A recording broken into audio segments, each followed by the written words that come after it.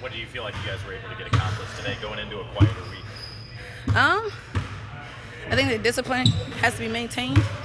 So I think practice is just that.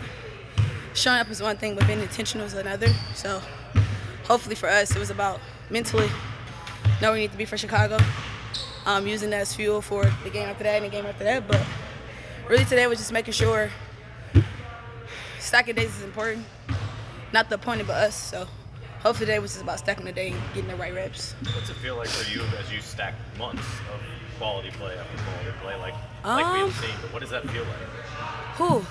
You kind of hope that you don't jack it up from one. I think, literally you just really want to be, how can I say it, stabilized, kind of neutralized.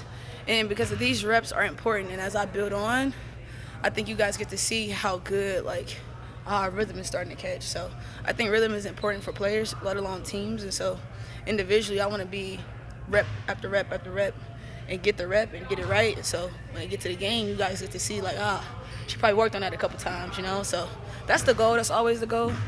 Get the reps so I can show who I am in the game. Can you explain to us a few times this season, you feel like you guys' offense is at its best and most connected? Yeah. Your defense is good. For sure. Tosh said that last game as well.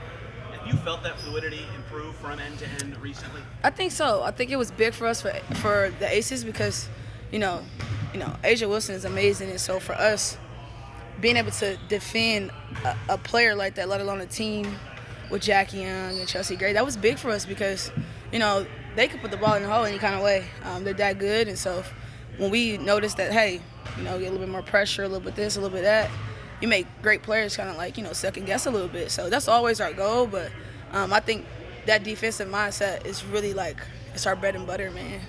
If we can defensively just be sound for a whole game, and it's easier said than done, I think we give ourselves way more chances of winning. You guys have had some rough defensive seasons in your time here. Yeah. Does this feel like one of the better defensive groups? I think so. I think that it's all about having the right group of players that want to play defense. I think defense is always a one type of thing, and I think that right now, I think for us to win games and stay in the conversation of playoffs and contention, our defensive mindset has to be there every time because, you get to see who we are in transition and what kind of player I am or what Aries or Lexi or Soph off defending. And so when we get in transition, we get our best.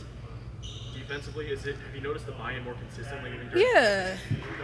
I think that we had a couple aha moments over the course of the season, dang, our defense is really good. And you don't want to dang, our defense is really good. And so I think the more and more we started to believe it, and actually see the reps, and then we go to film and Breon January, Karima, really great defensive mindset coaches. So they'll show us on film how good we were. It was So I think the aha moments of seeing ourselves be great at it kind of gave us a little fuel, but it's definitely the mindset.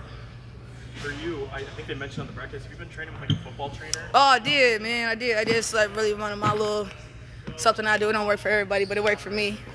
I'm a footwork person. I'm a speed and agility person. So in order to be my best self. So what all does that entail? Are you running tires on a football field, or what are you doing out there? Tires? I don't know about that. Anything you would do as a football player. If you go watch a football workout, I do the exact same thing.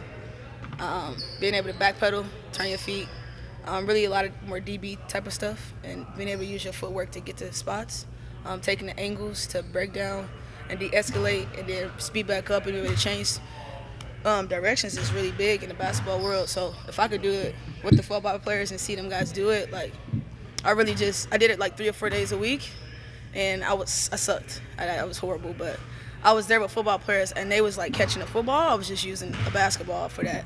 But really, it was just about finding the footwork and finding the angles that I needed, because I think it translates to basketball. What inspired that for you? What led you to? Really nothing.